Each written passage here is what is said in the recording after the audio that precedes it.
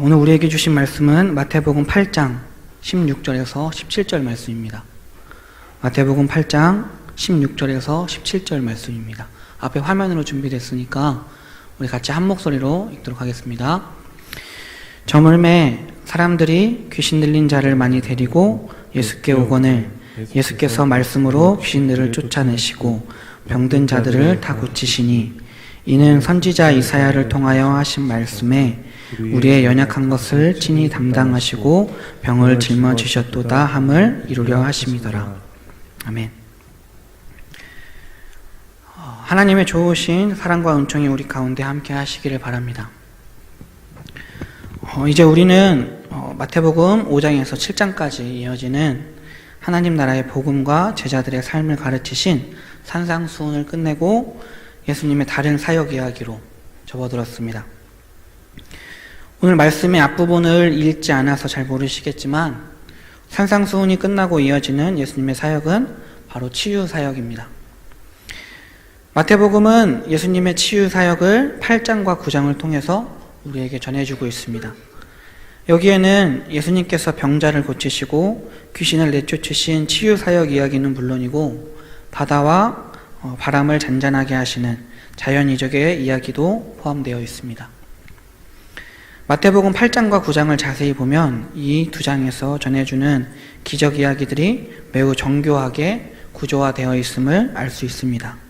마태복음 8장에서 9장은 세 개의 기적 이야기를 마칠 때마다 예수님이 제자 혹은 일꾼을 부르시는 이야기를 배치하고 있습니다.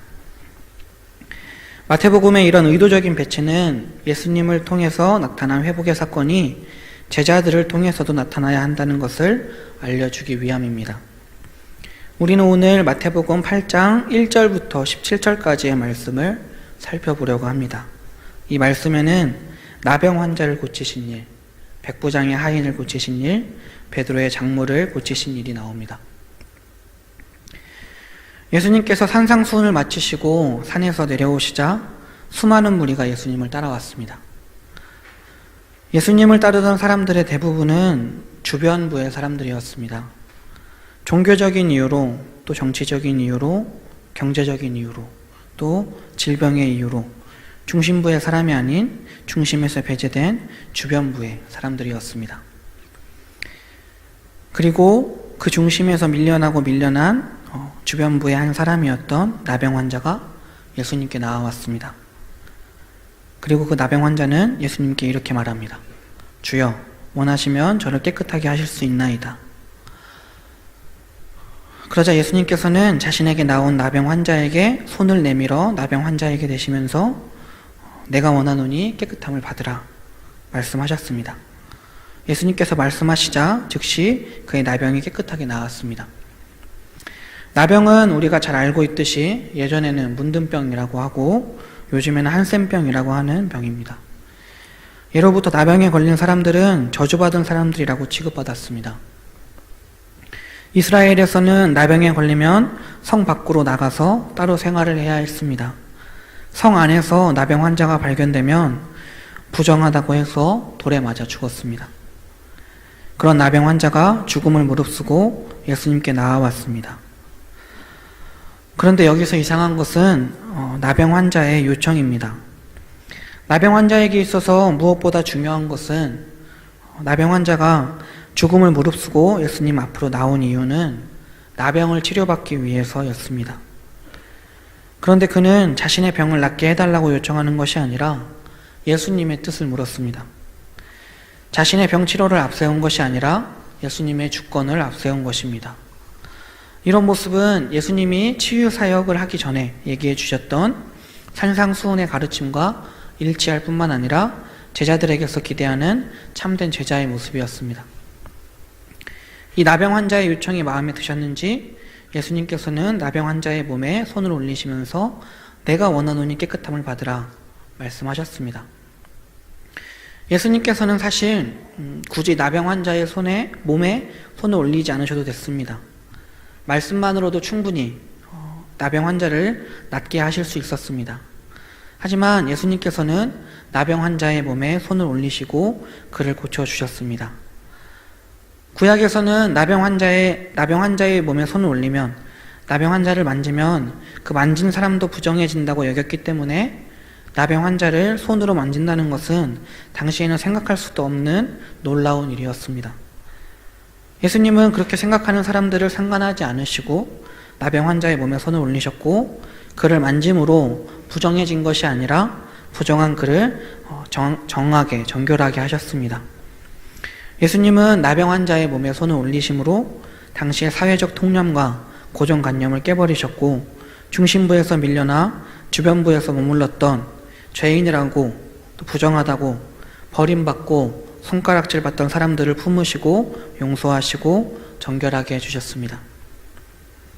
예수님께서는 나병 환자를 치료하신 후에 나병 환자에게 자신의 치료에 대해서 아무것도 말하지 말고 율법의 규정대로 행하라고 말씀하셨습니다. 이렇게 말씀하신 이유는 나병 환자를 위해서 회복되었음을 공식적으로 인정받으라는 뜻도 있고, 예수님은 산상수훈에서 율법을 폐하러 온 것이 아니라 완성하러 왔다고 말씀하셨기 때문입니다. 나병 환자가 예수님께 말씀드렸던 주여 원하시면 저를 깨끗하게 하실 수 있나이다 라는 말과 내가 원하는 깨끗함을 받으라 라는 예수님의 말에는 예수님은 하나님의 아들로서 원하시는 대로 할 수 있는 분이라는 것과 예수님이 원하시는 것은 회복이라는 의미가 있습니다. 율법에 담겨있는 하나님의 뜻은 우리의 회복입니다. 하나님께서 우리에게 원하시는 것은 회복인 것입니다. 하나님께서는 우리가 육적인 부정뿐만 아니라 영적인 부정에서 회복되길 원하십니다. 그렇기 때문에 하나님께서는 예수님을 우리에게 보내주셨고, 이 땅에 오신 예수님은 하나님께서는 우리가 회복되길 원한다 라는 것을 당신의 가르침과 삶을 통해 우리에게 알려주셨고, 우리의 회복을 바라는 하나님의 율법을 완성하셨습니다. 예수님은 죄 때문에 죽을 수밖에 없었던 우리를 대신해서 우리의 죄를 짊어지고 십자가에 달리심으로 우리를 정결하게 해주셨고 우리를 회복시켜 주셨습니다. 다음은 백부장의 하인을 고쳐주신 이야기입니다. 예수님이 가버나움에 들어가셨을 때 한 백부장이 예수님께 나옵니다. 그 백부장은 자신의 하인이 중풍병에 걸려서 괴로워하고 있다고 예수님께 도움을 청합니다. 예수님께서는 백부장의 집에 직접 가서 고쳐주겠다고 말하셨지만 백부장은 예수님께서 오실 것 없이 말씀만으로 낫게 하실 수 있을 것이라고 고백합니다. 예수님께서는 그 믿음을 놀랍게 여기시고 이방인들이 천국에 참여할 것이다 라고 말씀하십니다. 그리고 그 하인의 병을 고쳐주셨습니다. 백부장은 지금 군대로 말하면 중대장 정도 되는 직책입니다. 이렇게 말하면 군필인 남자 청년들은 바로 이해할 수 있지만 아직 미필인 남자 청년들과 여자 청년들은 이해하기 어려울 것입니다. 이해를 돕고자 좀 쉽게 이야기한다면 드라마 태양의 후예에 나왔던 송중기 정도의 직책이라고 생각하시면 될 것 같습니다.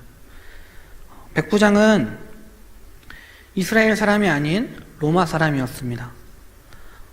로마는 황제가 신이고 황제가 만물의 주인이었습니다. 그런데 그런 로마 사람이 거기에 황제에게 생명을 바쳐서 충성을 다해야 하는 군인이 예수님께 주님이라는 호칭을 사용하면서 예수님께 나아왔습니다. 그리고 예수님의 권세를 인정합니다. 그는 군인이기 때문에 군인의 언어로 예수님의 권세를 이해하면서 이렇게 말합니다. 주여 내 집에 들어오심을 나는 감당하지 못하겠사오니 다만 말씀으로만 하옵소서.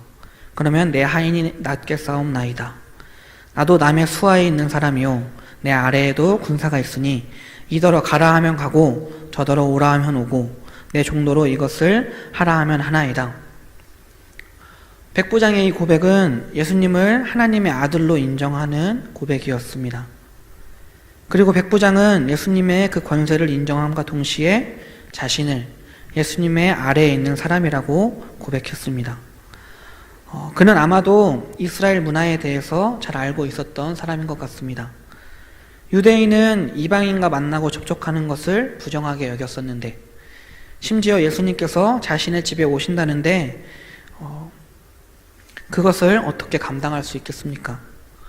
혹여나 자신 때문에 예수님이 부정한 사람이라는 말을 들을까봐 말씀만으로도 하인이 나을 것이라는 백부장의 믿음은 예수님을 놀라게 하기에, 또 그 믿음은 칭찬받기에 충분했습니다. 백부장이 예수님께 대해 보인 믿음은 산상수훈에서 예수님이 제자들에게 요구한 믿음이었습니다. 산상수훈에서 예수님이 말씀하신 것처럼 백부장도 나병 환자처럼 주님의 이름을 부르고 하늘에 계신 아버지의 뜻대로 행한 사람이었습니다. 백부장의 배려와 믿음에 감동한 예수님께서는 이스라엘 중에 아무에게서도 볼 수 없었던 믿음이라고 말씀하시면서 백부장을 칭찬하셨습니다. 그리고 하나님 나라에서 열릴 연회에서 이스라엘 사람들은 쫓겨날 수도 있다고 경고하시면서 백부장과 같은 믿음을 가진 이방인들이 아브라함, 이삭, 야곱과 함께 할 것이라고 말씀하셨습니다. 하나님 나라에서 열릴 연회, 아브라함, 이삭, 야곱과 같이 위대한 믿음의 조상들과의 식사는 유대인들에게 있어서 희망의 상징이었고 유대인들이 누릴 당연한 권리로 기대한 잔치였지만, 예수님께서는 선민이라는 자부심을 가지고 있던 유대인들, 그 자부심으로 유대인과 이방인을 나누고 차별하던 유대인들의 희망을 산산조각 내셨습니다. 예수님의 이 말씀은 당시의 유대인들뿐만 아니라 우리에게도 적용되는 말씀입니다. 우리도 하나님을 믿는다면서 당시의 유대인들처럼 편을 나누고 차별하는 삶을 살고 있지는 않습니까? 우리는 당연히 하나님 나라에 갈 수 있다고 생각하지 않습니까? 교회에 다니면, 일요일에 교회에 와서 예배를 드리면 당연히 하나님 나라에 갈 수 있다고 생각하고 있지는 않습니까? 하나님 나라의 주인은 거룩한 삶을 산다고 하면서 정결함과 부정함으로 편을 나누고 가르고 차별하는 사람들이 아닌 애통하는 마음으로 주님의 이름을 부르고 하늘에 계신 아버지의 뜻을 구하고 그대로 행하는 사람들입니다. 다음으로 이어지는 사건은 사랑하는 제자인 베드로의 장모를 고쳐주신 이야기입니다. 예수님께서는 베드로의 집으로 들어가서 베드로의 장모가 열병을 앓는 것을 보시고 손을 만져 낫게 하셨습니다. 여기에서도 예수님께서는 사회적 통념을 깨는 일을 하십니다. 열병에 걸린 사람을 만지면 안 되는 것이 이스라엘의 전통이었습니다.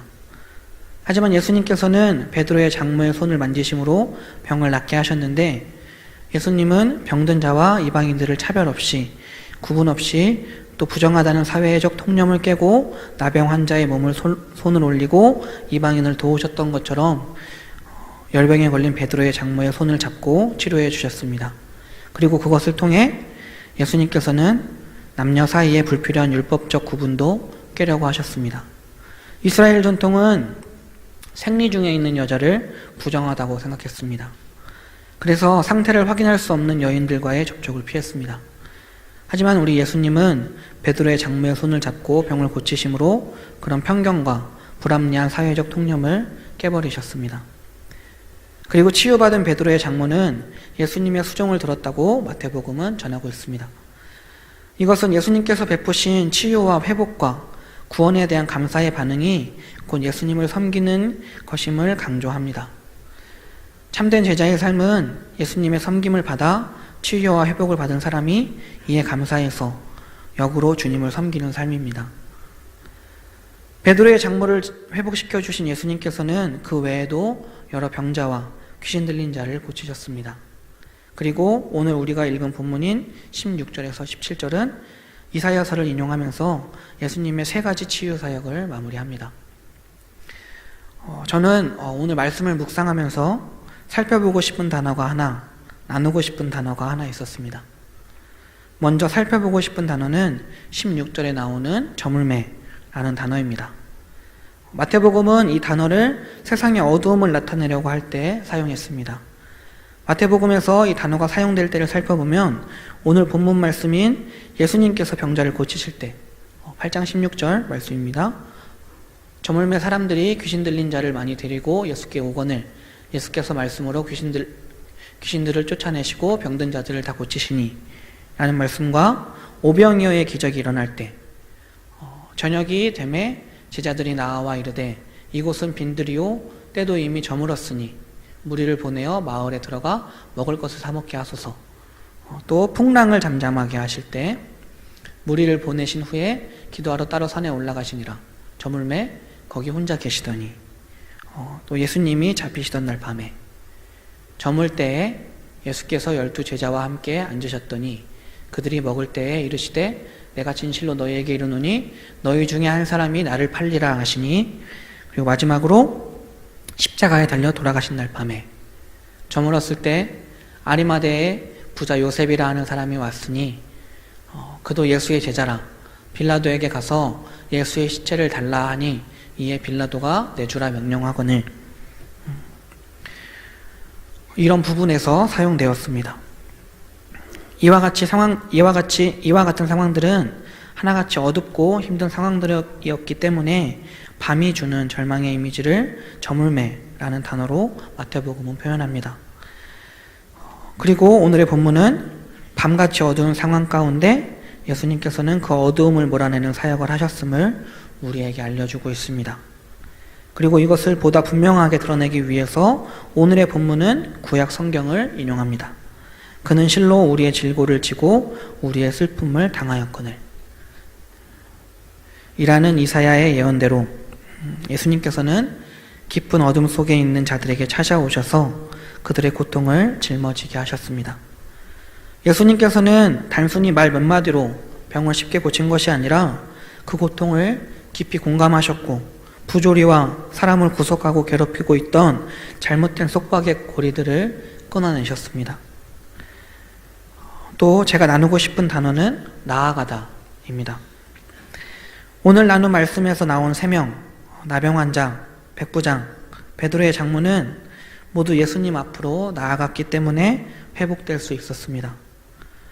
나병 환자는 죽음을 무릅쓰고 예수님 앞으로 나아왔습니다.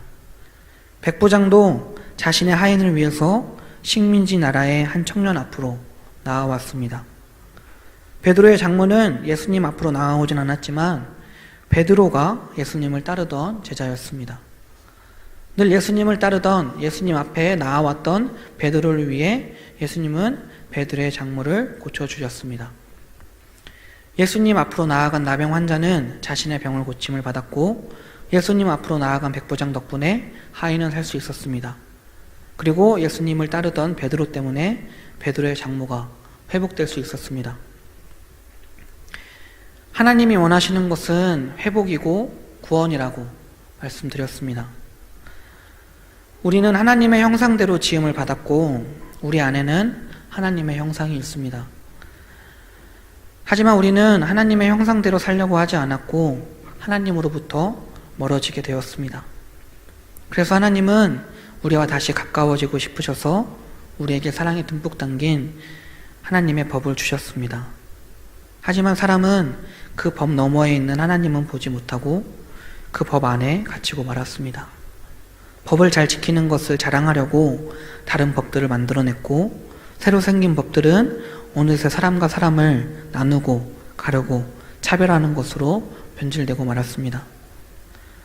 하나님은 이것이 너무나도 마음이 아프셨습니다.